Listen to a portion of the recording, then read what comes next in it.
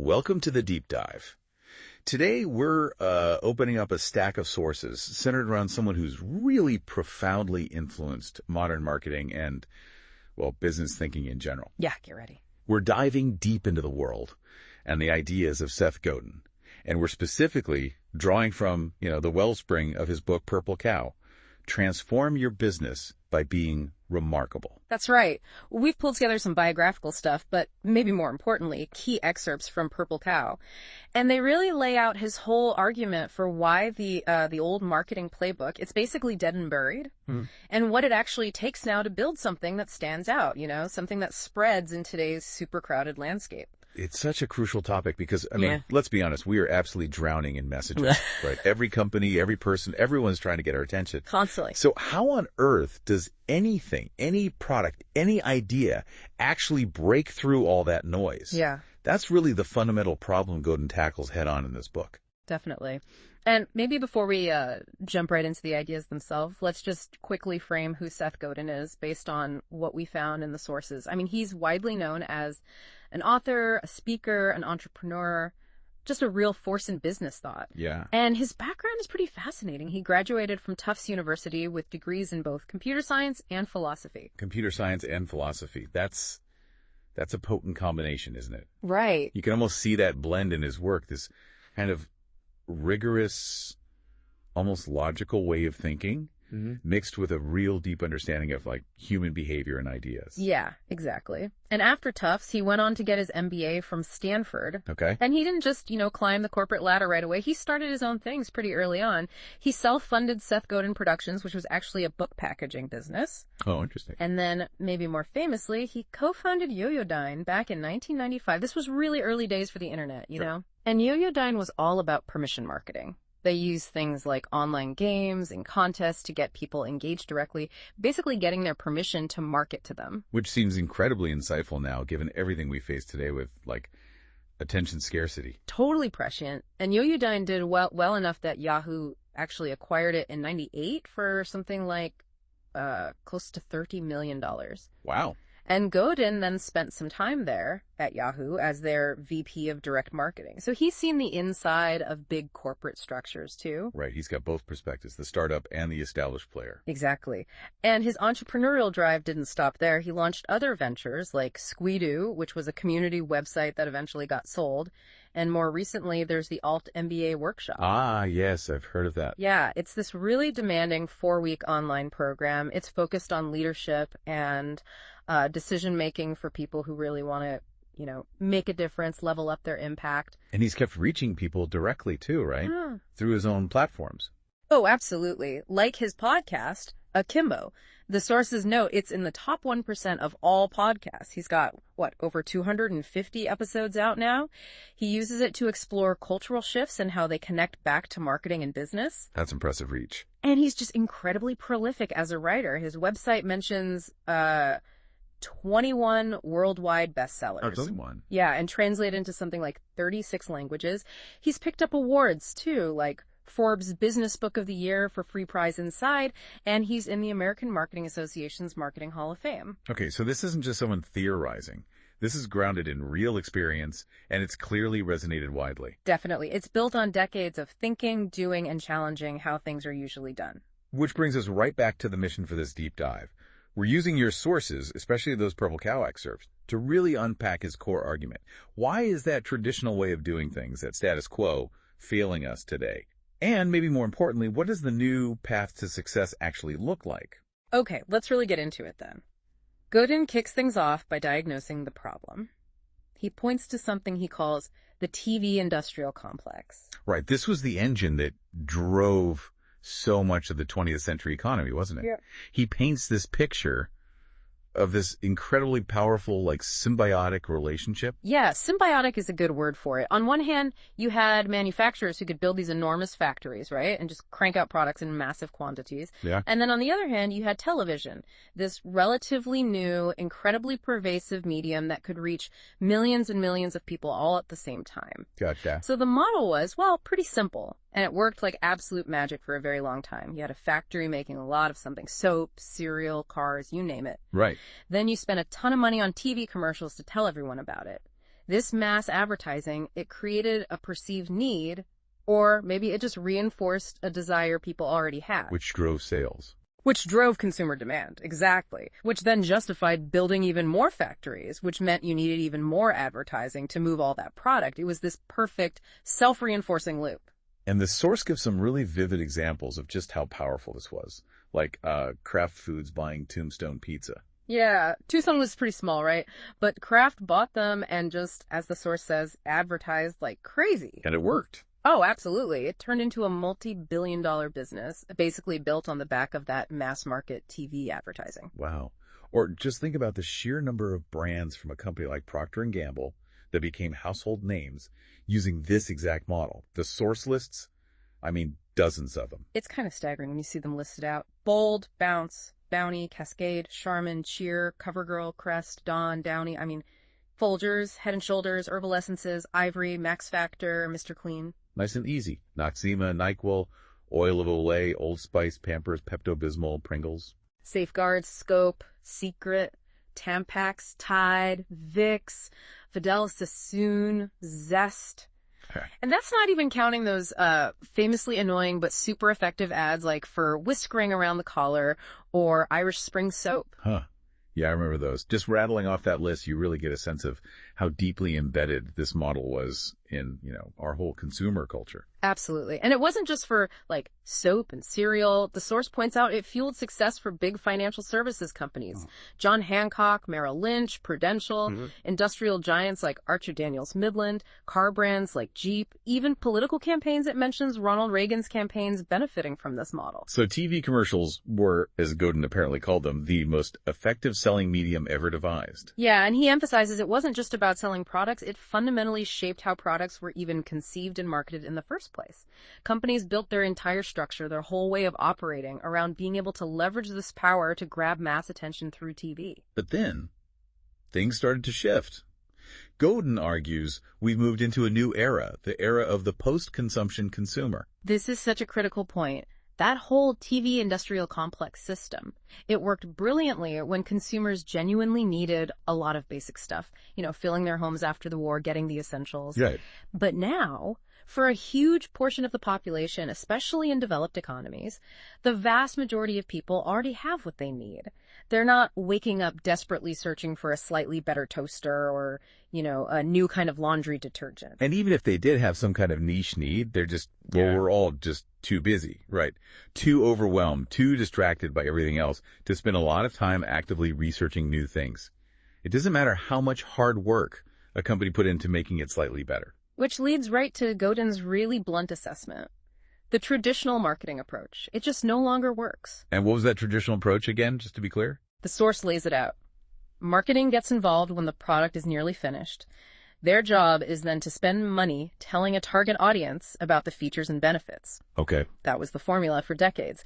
But he's saying, nope, that's fundamentally broken now. Because? Why? Because products just get lost. Exactly. He says we've created a world where most new products are essentially invisible. They launch, maybe there's a small blip, and then nothing. Nobody notices. And the source notes that, smart business writers actually saw this shift happening maybe 20 years ago, but the marketers themselves, they often just kept doing what they'd always done, maybe tweaked the budget a bit, shifted some money from TV to online banners, but didn't fundamentally change the strategy. Still thinking in terms of interrupting people with messages. Right. And Godin's point here is really emphatic. He's saying these traditional ways, they're not just less effective than they used to be. They are obsolete. Obsolete. Strong word. It is. And he follows it up by saying the alternatives, whatever they might be, they aren't some sort of, experimental novelty or a nice to have. They are, and he stresses this, all we have left. Wow. So basically 100 years of marketing thought built on that mass media assumption is just gone. Pretty much wiped out, according to him. And this connects back to something he explored in an earlier book, Permission Marketing, this idea of the growing attention deficit. Right. Our attention is the scarce resource now. Exactly. Historically, companies kind of treated our attention like this unlimited resource they could just mine and strip away. Blast messages everywhere, assume some would stick, and not really worry about annoying people in the process. Yeah, that sounds familiar. But the companies that are actually winning today, they understand that customer attention is an asset. It's something you have to earn, you have to nurture, you have to treat with respect. You can't just buy your way into someone's focus anymore, not reliably. And that anecdote about his friend Nancy, Yeah. that really drives the point home, doesn't it? Oh, the head of new media story. Yeah, this big packaged goods company. She was the entire new media department, one person. One person. And as the source says, the title was basically synonymous with having no budget. Ouch. It just perfectly illustrates the disconnect, right? Yeah. These huge established companies, they might have intellectually understood that the media world was changing, that the internet was a thing, but were they really willing to invest, to experiment, to fundamentally change how they allocated resources or structured their teams? Mostly no, it sounds like. They paid lip service, maybe created a tiny new media department, while the vast majority of their money and effort was still poured into that old, increasingly broken mass market machine. Okay, so here's where it gets really interesting, I think. If that old model is broken, what actually replaces it? And, what's the hard evidence that mass media is failing quite as badly as he claims? Well, the source gives this great, really simple experiment Godin himself conducted. He was in a hotel, had some downtime, and was reading presumably the Wall Street Journal, right? A major business paper. Okay. So after people finished reading the first section, he'd just go up and ask them a really simple question. Can you name just 2 companies that ran full-page ads in the section you just read? Full-page ads. These are the big ones, right? Yeah. Super expensive, supposed to be highly visible. Companies spend millions on these things. Exactly. Prime real estate. And the result? Let me guess. Not good. Not good. 0. Not one single person he asked could name even 2 companies that had paid for those huge ads. 0 recall. That is absolutely stunning. You're potentially spending, $1 million on one ad in a major paper, and literally nobody you ask even remembers seeing it or who it was for. It gets worse. He then took it a step further. He'd grab one of the actual ads, fold it over so the logo was hidden, and just ask people if they could identify the company based on the ad's content, the pictures, the text. Again, nobody knew. And then the kicker question: had they ever, in their entire lives, requested more information about any product or service because they saw a full-page ad in the journal? Oh boy. The answer must have been universally no. Wow. I mean, that's not just like an argument against it. That's practically a tombstone for the effectiveness of that kind of broad brush mass advertising, at least in major print like that. Exactly. And you can easily see how the same principle applies even more strongly now to interruptive TV ads, right? With everyone channel surfing, using DVRs, watching streaming services with fewer or no ads, and just the general fragmentation of attention. Yeah, odds of your message landing are just plummeting. So why is this happening? Why is traditional mass advertising falling so flat now? The core reason, according to Godin, is pretty straightforward. The vast majority of those expensive ads are reaching people who are simply not in the market for whatever's being sold. Or even if they might be someday. Right. Or even if they might eventually be interested, they're not the kind of people who are likely to actually talk about it and spread the word, which is crucial now. So you're basically paying a fortune to shout your message at millions of people who are almost guaranteed not to buy, probably don't care, and definitely won't tell their friends about it. It sounds incredibly inefficient when you put it like that. Massively inefficient. Now, contrast that with what the sources suggest does work, or at least works better. They bring up the example of those little text-only ads you see on Google search results. Okay, yeah. Sponsored links. Those tend to perform really well. Why? Because they show up precisely when someone is actively searching for something relevant. They're hyper-targeted, they're timely, and they're directly related to what that person is looking for right now. Makes sense. Meanwhile, those flashy banner ads you used to see all over places like Yahoo, or really anywhere online now, they generally perform pretty poorly because they're often just interruptive noise shown to a broad, largely untargeted audience that isn't looking for them. So it really highlights the shift, doesn't it? It's not about trying to reach the most people anymore. It's about reaching the right people at the right moment with the right message. Precisely. And this leads us directly into Godin's central defining concept from the book, the big idea. The purple cow. The purple cow. Okay. In a marketplace where most products are basically invisible, where the standard, the expected, the very good options already exist and kind of dominate the landscape, your product, your service, your idea, it has to be remarkable. It needs to stand out so much that people actually notice it, and more than that, feel compelled to talk about it. Like seeing a purple cow in a field of, ordinary brown cows. You definitely mentioned that. You absolutely would. And here's the really crucial nuance, the point that I think a lot of people miss at first. The opposite of remarkable isn't bad or poor quality. No. The opposite of remarkable, Godin argues, is very good. Wait, that feels counterintuitive. Isn't very good what companies should be aiming for? High quality, reliable. Well, it was what you aimed for back in the age of the TV industrial complex. You made a very good, solid, reliable product. You advertised it heavily on TV, and people bought it because it was, very good. Right. But in today's world, very good is just the baseline. It's the expectation. It's table stakes. Think about it. If you fly on an airline and they get you to your destination safely, roughly on time, and your luggage arrives with you, is that remarkable? No, that's just what's supposed to happen. Exactly. That's very good. That's what you paid for. Are you going to rush home and tell all your friends, you will not believe this, my flight on generic airlines got me there safely? Of course not. It's completely invisible because it's totally expected. Because it meets the standard, but doesn't exceed it in any way that matters to me personally. Right. To be remarkable, it has to be something unexpected. Now, that could actually be unbelievably horrible, like the airline loses your dog. People will definitely talk about that, but obviously not in a good way. Or it could be unexpectedly amazing. The source gives a few examples. What if the airline arrived an hour early? Okay, that's unusual. I might mention that. Or what if you got a free ticket just because the flight attendant thought you had a nice smile? Huh. Yeah, I'd definitely tell people about that. Or being served like flaming crepe Suzette in first class, something totally over the top and unexpected. Those are the kinds of things that get talked about. Very good quality. It's just the price of admission now. It doesn't generate any buzz. Okay, I see the distinction. It's about breaking expectations in a noticeable way. Precisely. And this leads to the problem with compromise. If the goal is to be remarkable, to be extreme, to be unique, to really stand out on some specific attribute, compromise is the enemy. How so? Well, the source uses that old saying, a camel is a horse designed by a committee. Right. Trying to please everyone ends up pleasing no one. Exactly. Committees, by their very nature, tend to smooth off the sharp edges. They average things out. They try to find the middle ground that offends the fewest people. But remarkability often lives in those sharp edges. It comes from being extreme or exceptional in one or two specific ways.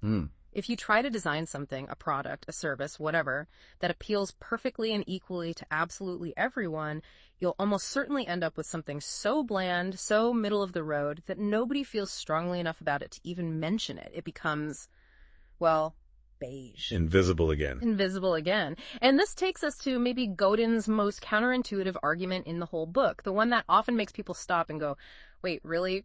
Boring is the riskiest strategy. Yeah, that definitely feels wrong at first glance. Yeah. Our instinct, our business training maybe, tells us that playing it safe is good. Boring is predictable, low risk. Right. But he flips it completely. Yeah. He argues that in today's overcrowded market, being boring and safe is actually the most risky strategy you can pursue. Why?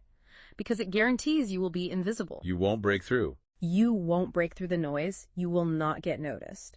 And if you don't get noticed, you cannot grow. You just fade away. So, while trying something genuinely remarkable, something that might even fail, feels risky. But being boring is actually a guaranteed failure, at least in terms of getting attention and driving growth. That's the core argument. Smart businesses, he suggests, understand this. They absolutely minimize unnecessary risks. You still need a product that works, you need to follow the law, you need sound financials, all that. But they accept that the risk of being remarkable is a necessary one to take.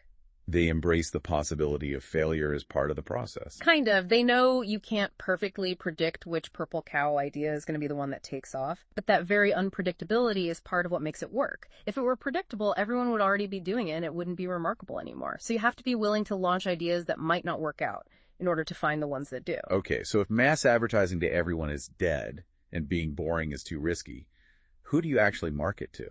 Godin is crystal clear on this. Trying to make a product for everybody results in a product for absolutely nobody. Why that? Because the products that are already designed for everybody, the generic, very good mass-produced staples, they already exist. They've been refined over decades. They have massive distribution, huge brand recognition. Trying to compete head-to-head in that space with something that's only slightly different and just as generic, it's almost always a losing battle. Because the people in those huge markets are either happy enough with what they have, or they're just overwhelmed with choices already. Exactly. They're too satisfied or they have too many options to bother looking closely at something new that's just fine. Just another brown cow. So the alternative strategy is? Target a niche. Instead of trying to boil the entire saturated ocean, you find a specific, maybe underserved, maybe just really passionate pond. Focus your efforts. Precisely. By focusing intently on a smaller, well-defined segment of the market, you can create something that is so perfectly suited, so remarkable to that specific group, that it sparks what he calls an idea virus. An idea virus, like a concept or product that spreads organically within that group. Exactly. An idea or a product that spreads rapidly and naturally within that tightly knit community.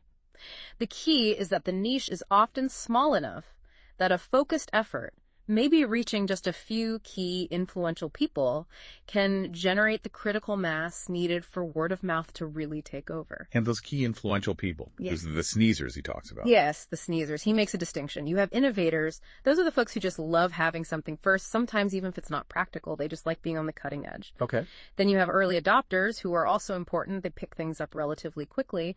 But the real key, the vectors for spreading that idea virus, are the sneezers. And what makes someone a sneezer? They are the people who are not only willing to listen to you talk about your new thing, but crucially, they are willing and, importantly, eager to talk about it to their friends, their colleagues, their online communities. They possess both the desire and the means to spread the word. They're often early adopters, he notes, but not always. What defines them is their propensity and ability to share. Got it. So how do you actually engineer an idea virus? How do you make something inherently sneezable, as you put it? Well, the source outlines several factors that contribute. First, how smooth and easy is the idea itself to spread? Is it simple to explain? Can you demonstrate it easily? Is it easy to share, like forwarding an email or showing a cool product? Frictionless sharing. Exactly. Second, how often will people naturally sneeze it to their friends? Does the product or idea just naturally come up in conversation? Is it relevant to things people talk about anyway? Third, think about the target group itself. How tightly knit are they? Do they talk to each other a lot? Do they trust each other's opinions? A close-knit group obviously amplifies the spread. Makes sense. Like gossip spreading faster in a small town. Kind of, yeah. Fourth, how reputable are the people most likely to promote it? Are they seen as leaders, experts, or just trusted friends within that niche? Credibility matters. And fifth, how persistent is the idea? Is it just a quick fad that needs to explode overnight, or does it have real lasting value that allows it to spread more steadily over time? So it's really a combination, isn't it? It's partly about the inherent qualities of the product or idea, its sneezability, and partly about the characteristics of the specific audience you've chosen to target. Absolutely. You need both. And the path to potential mainstream success, if it happens, doesn't start by aiming at the mainstream. It starts by utterly dominating that initial niche first. Win over the passionate few. Right. If you are good, and maybe a little lucky, that intense focus and the resulting idea virus within the niche might then start to diffuse outwards into broader audiences. But the initial strategy, the core focus, has to be on that specific passionate group of potential sneezers. Godin really emphasizes that when something does go viral and takes off, it's usually not just a random accident. It's because all these pieces, the remarkable product, the right target audience, the ease of spreading, are all working together in concert. Okay, let's try to make this even more concrete. Let's anchor these concepts with some of the examples you pulled from the sources. One of the most compelling ones you mentioned was the Dutch boy paint jug. Oh yeah, this is such a classic case study in product remarkability. For literally generations, paint came in that standard metal can, right? Yeah, heavy, awkward handle. Needed a tool to pry it open. Pain to open, easy to spill when you're pouring, hard to seal back up properly so the paint doesn't dry out. Everyone just kind of accepted that this was part of the hassle of painting. It was just how paint was. But Dutch boy, they stepped back. They looked at the entire experience of painting, not just the paint liquid itself. And as the source insightfully notes, people don't buy cans of paint, they buy painted walls. The can itself was a huge point of friction, a major negative part of that whole process. So they didn't just try to make slightly better paint, they attacked the container. Exactly. They completely redesigned it. They introduced this plastic jug. It had a comfortable handle, much easier to carry. It had a screw-on lid, super easy to open and close securely. And it had a spout, which made pouring the paint way simpler and a lot less messy. It seems so obvious in hindsight. Doesn't it? It was a fundamental change to the product experience. It wasn't just putting a different label or a slightly different color on the same old frustrating can. And the results were? Massive. Yeah. Sales apparently surged dramatically. They started getting better shelf placement in stores, better distribution, and because the jug was so much more convenient and desirable for consumers, they were actually able to command a higher retail price for it. Wow. So it was a huge marketing win, driven entirely by making the product itself remarkable, not the ads. Precisely. And the question Godin poses, which is so spot on, is why on earth did it take so long for someone to do this? It just highlights how stuck companies can get in that old marketing mindset. You know, optimizing the paint formula, optimizing the TV commercials, but completely overlooking the user experience, including the damn container. That's a great example. Another one you mentioned that avoided mass advertising was Altoids, right? The curiously strong mints. Yeah, Altoids is another fascinating case. Instead of blasting ads on national TV trying to reach everyone with bad breath, they took a very different approach. They focused their initial push on specific urban centers, and they used this cutting-edge, kind of quirky imagery and slogans. It wasn't generic. It spoke to a particular cultural sensibility, a certain type of person who would connect with that curiously strong positioning. So it wasn't just about solving the functional problem, like freshening breath in a bland way. It was about creating a brand identity that was itself remarkable and appealed strongly to a specific niche. Exactly. And the product design itself was just brilliant for creating sneezers, that distinctive metal tin. Oh yeah, the tin is iconic. It's not just a disposable wrapper, right? It's something you keep on your desk, you carry in your pocket or bag, you pull it out, you offer one to a friend. The act of sharing the mints is built right into the product experience because of the tin. It made word of mouth incredibly easy and natural within their target group. Making it easy to sneeze the product. Perfectly put. And the result. The source notes it was one of the most profitable candy introductions, well, ever. A true purple cow created through smart niche targeting, remarkable branding, and a product design that actively encouraged sharing. The sources also briefly mentioned Dr. Bronner's soap, suggesting even something basic can be bronnified. Right. It doesn't go into exhaustive detail in the excerpts we have, but the implication is clear. Dr. Bronner's, with its incredibly unique, almost overwhelming label packed with tiny text and philosophy, its specific formulations, its whole brand story, it stands out dramatically in a category soap that's usually full of very generic commodity products.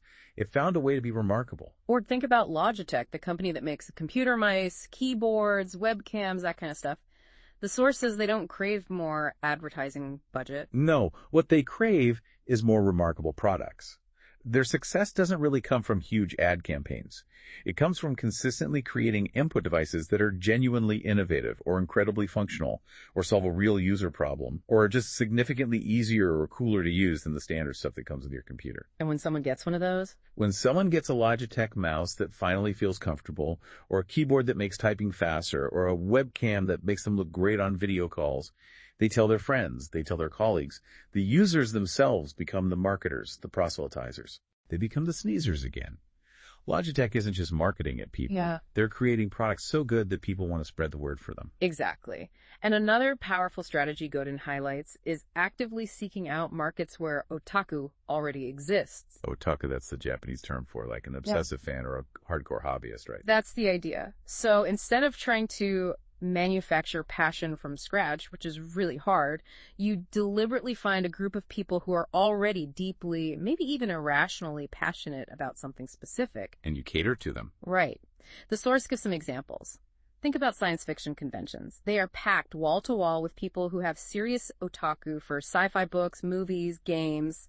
Or the market for computer operating systems, you have people with incredibly fierce loyalty and passion for Linux or Mac OS or specific niche systems. Or think about people who spend literally $1 million on a stereo system. They clearly have otaku for high-fidelity audio. Smart businesses can find these existing passionate niches and create products or services tailored precisely for them. But it's not only about finding existing passion, is it? The sources mentioned that some companies actually created an audience with otaku. That's true, too. Companies like Jeep, for example, they didn't just find existing off-road fanatics. They built a brand and a vehicle that fostered a whole culture, a community of passionate owners. Same with Fast Company magazine. It cultivated a passionate following among people interested in business innovation. Or Longaberger baskets, which built an almost cult-like following around collectible handmade baskets. They created the otaku through their remarkable products and community building. And often, this passion seems to start inside the company. The Patagonia example is great.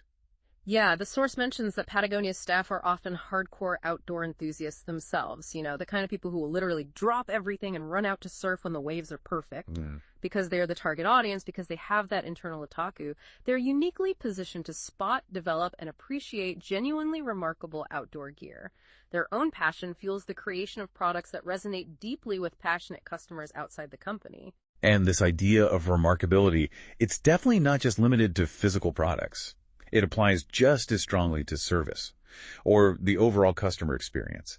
That anecdote about the billionaire Ted Leonsis in the Four Seasons Hotel really illustrates this perfectly. It really does. So Ted Leonsis, owner of the Washington Wizards, travels constantly, could stay absolutely anywhere he wants, but he often chooses the Four Seasons in Manhattan. And a big part of the reason why comes down to this one very specific, incredibly remarkable detail about the service in the cafe. Which is? When he sits down, the staff knows exactly how he likes his iced tea. They don't even have to ask. Okay, what's the secret recipe? The source details it. It has to be in a tall, thin glass with ice. And crucially, with a small carafe of hyper-sweet sugar water served on the side. He likes to sweeten it himself, just so. And they just bring it every time, without him saying a word. Now that is remarkable service. That's anticipating a very specific personal preference and delivering it flawlessly, proactively. Exactly. And here's why it matters so much from a marketing perspective. It's not just that it makes him happy. The source points out that everyone he meets with at the hotel notices this special treatment. They see the little carafe, they see the staff catering to his specific need, and they inevitably comment on it. So it becomes a conversation piece. Right. Leonsis is happy partly because his friends and colleagues notice how incredibly well he's being treated. That gets talked about.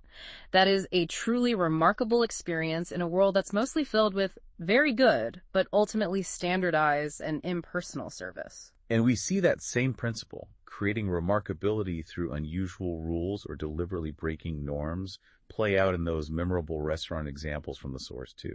Yeah, those are great because they show how even things that seem slightly negative or just plain quirky can actually generate significant buzz and word of mouth. There's Johnny's Pizza in Mount Vernon, New York, apparently famous, partly because they still yell at their regulars, even after 5 years. It's become part of the charm, part of the expected yet unexpected experience. Okay. Or Louis' Lunch in New Haven, Connecticut. Legendary, right? Absolutely, categorically refusing to serve ketchup with their hamburger. It's a strict rule they stick to, and it's become this well-known, almost celebrated fact about the place. You find it mentioned all over online reviews. People talk about it. People remember and share stories about places with quirky, memorable rules like that. And then the ultimate example, probably, El Yagana, the original soup Nazi from Seinfeld fame. Right. The source mentions people lining up for hours to get his incredibly high-quality soup, like the lobster bisque. But everyone knew the deal. You had to follow his strict ordering procedure precisely. If you misread the rules, messed up the line. No soup for you. And that very strictness, that almost intimidating, uncompromising focus on his process, combined with the amazing soup, created a level of remarkability and notoriety that no amount of conventional advertising could ever buy. It really highlights how being extreme, having a strong, unwavering point of view, or even slightly challenging your customers in a specific way, can generate buzz, but only if it's linked to something genuinely exceptional underneath. Now, contrast those examples with a totally unremarkable, standard restaurant rule. Like the one the source mentions about a salad bar sign. Oh yeah, the sign that says something like, salad bar add-on, only $2.95 with purchase of sandwich, burger, or entree. Thank you for your cooperation. Is that remarkable? Is anyone going home talking about that sign? Absolutely not. It's purely functional, maybe even a little bit sterile and transactional. It serves its purpose, but it generates zero positive comment, zero buzz. And then think about which kind of policy is more likely to lead to more incremental profit. Mm-hmm. That standard salad bar rule feels very contained, very much about just getting that specific $2.95. Now compare it to that other restaurant example, Frontier, and their honor system wine policy. Right, where they just put an open bottle of wine on your table, and at the end of the meal, you simply tell the waiter how many glasses you actually drink. Which one are customers more likely to talk about positively? Clearly the honor system wine. It feels generous, trusting, different, memorable. It breaks the standard per glass or per bottle mold. And which one might actually lead to more incremental profit? Well, the source makes the shrewd point. 2 glasses of wine probably pay for the restaurant's wholesale cost of the entire bottle. The honor system, by feeling less restrictive and more generous, likely encourages people to drink maybe 1 more glass than they otherwise would have, while simultaneously building huge goodwill and generating fantastic positive word of mouth. It's remarkable, and it's probably good business. So the overarching strategy that seems to emerge from all these diverse examples is really about exploring the extremes, isn't it? Godin explicitly prompts us to ask those what-if questions. Exactly. What if you decide to be the cheapest, or the absolute fastest, or maybe even deliberately the slowest, the hottest, the coldest, the easiest to use, the most efficient, the loudest, maybe even the most hated by some segment if it makes another segment love you? The copycat, the outsider, the most difficult, the oldest, the newest, just the most something. Yes. If there's a limit, an edge, a boundary in your market or category, he argues, you must test it. That's often where the untapped potential for remarkability lies. Being very good, but stuck somewhere in the safe, crowded middle. That's the most invisible and therefore the riskiest place to be. Okay, fantastic. So let's say you've done it, you've pushed the limits, you've found your edge, you've created a genuine purple cow.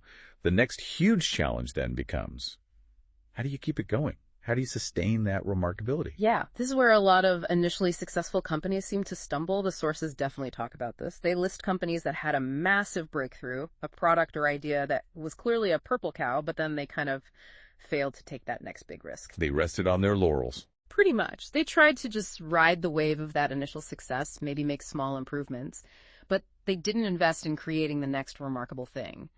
And subsequently, they struggled or faded or just became less relevant. The source specifically mentions names like Palm, Yahoo, AOL, Marriott at one point, and even Marvel Comics before its big movie-driven resurgence. And it used to be maybe that you could coast for a while after a big hit or two, right? Like early Disney or famous entertainers who had long careers based on their initial breakthrough fame. Exactly. That was more possible in the past. But Godin argues that's basically impossible now. The market just moves too fast, competition is too intense, consumer attention shifts too quickly. You can't afford to decide to just sit out the next round of innovation. You can't just rationalize that you're building on what you have if that really means you're avoiding the investment and risk needed to create the future. Right. If you stop actively working to create new purple cows, your original one will inevitably lose its shine. Competitors will catch up, copy you, or the market's needs and desires will simply move on, leaving you behind. So, sustained success isn't about finding one magic bullet. It demands continuous innovation, a constant willingness to keep pushing boundaries and creating new, remarkable things. And the sources offer Pearl Jam as a positive example of this kind of sustained effort. Oh, interesting. How so? Well, they had that massive, undeniable breakthrough success with their first few albums. Right. Huge hits, clearly remarkable in their time. But instead of just getting stuck in a loop, trying to endlessly replicate that exact same radio-friendly formula, They did something different. yeah, they pivoted. They consciously rallied their most dedicated core audience. They experimented with different ways of releasing music, like putting out recordings of almost every live show. They focused on creating this continuous stream of new, high-quality, often quite remarkable products and experiences specifically for their biggest fans, unique fan club materials, special releases, things like that. So they doubled down on the core fans. Exactly. They kept their existing, passionate customers deeply satisfied and engaged with this constant bounty of cool stuff. And the source notes this strategy actually led to continued growth because those superfans became incredibly enthusiastic sneezers, constantly bringing new fans into the fold because they were so excited about what the band was doing. That really underscores the importance of knowing and connecting deeply with your most passionate customers, your core audience. Godin asks that key question, doesn't he? He does. He asks point blank, do you actually have the email addresses of the 20% of your customers who absolutely love what you do, the real fans? And if the answer is no, then step one is obvious. Start building that direct connection. Start getting those email addresses or whatever the relevant contact method is. And if you do have that connection, then the question becomes, what super special, remarkable things could you create just for them? Things that are so tailored, so unexpected, so valuable to this specific passionate group that they can't help but talk about them and share their enthusiasm. He even uses his own blog and email list as an example. It's his direct channel to his core audience, bypassing traditional media entirely, allowing him to share ideas, test concepts, and build community directly with the people who care most. But even with all these examples and frameworks, he seems to bring it back to a dose of reality, right?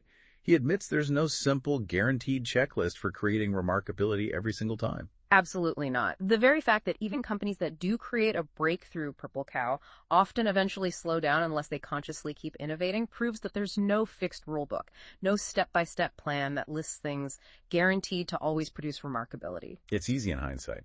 Oh, totally. It's easy to look back at something that succeeded wildly, the Dutch boy jug, the first iPhone, whatever, and say, oh, well, of course that worked. It was so obvious. But looking forward, trying to figure out and create the next purple cow, that's inherently much, much more difficult. It's unpredictable. Because if it was predictable, then everyone would already be doing it, and by definition, it wouldn't be remarkable anymore. The unpredictability is baked into the concept. But despite that difficulty, the core message from the source material seems unwavering. You might be able to maintain an existing brand for a while using some traditional methods, maybe manage a slow decline. Right. But the only viable path to healthy, significant, sustainable growth in today's market is through creating a remarkable product or service. Mm-hmm. It requires the purple cow. That's the bottom line. And remember, innovation doesn't always mean inventing something completely unprecedented out of thin air. The source suggests there aren't that many totally unexplored areas of innovation left. But there are combinations. Exactly. There are countless unexplored combinations. He mentions using something like a brainstorm checklist, implying you can take different attributes, different approaches, different market needs, and mix and match them in novel ways to potentially create something remarkable. It's often about synthesis. And this applies even in markets that seem totally mature, maybe even stagnant or boring. Yeah. Like the silk soy milk example. Yeah, he calls silk an obvious purple cow. It entered the milk category, a market that's huge, mature, traditionally dominated by basic dairy milk, and frankly, not seen as very innovative. Pretty stagnant. Right. But silk experienced enormous growth. Why? Because it wasn't just slightly better dairy milk, it was a fundamentally new kind of product that acted differently. It appealed strongly to a specific niche, vegans, lactose intolerant, health-conscious consumers, and had its own set of remarkable qualities, different taste profile, different health benefits, different brand story. Yeah.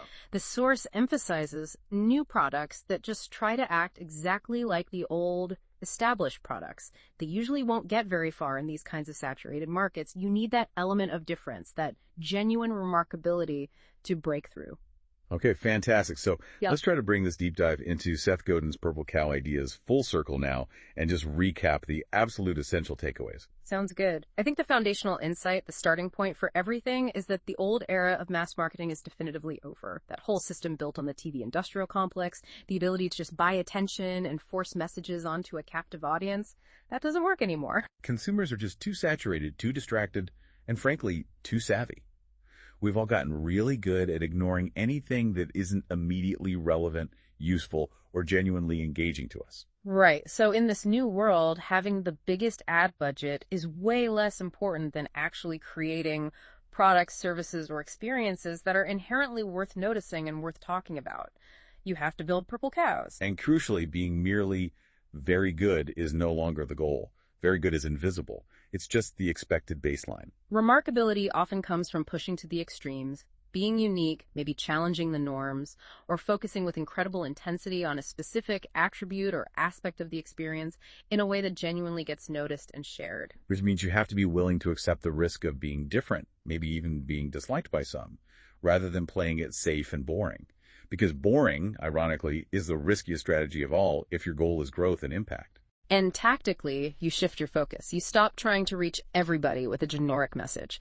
Instead, you identify and passionately serve a specific niche. And within that niche, you find and empower the sneezers, the people who are most likely to spread your remarkable idea or product organically through word of mouth. And finally, success isn't just a one-time lottery win. Sustaining that remarkability, staying relevant, requires continuous innovation.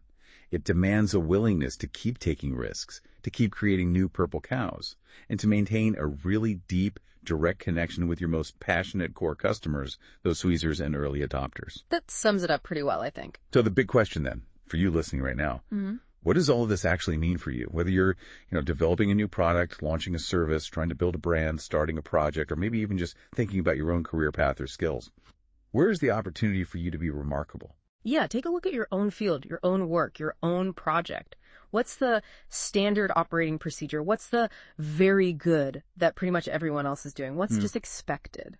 And then really push yourself to consider, what would it mean to test the limits? What would it look like to be something in your space, the fastest, the simplest, the most personalized, the most unique, the most specialized, maybe even the most provocatively honest or transparent? Even if being too much of something might turn some people off, could it make you exactly right, incredibly remarkable for the specific people who matter most? The ones who will notice, appreciate it, and become your sneezers. That's where your own purple cow might be waiting to be discovered.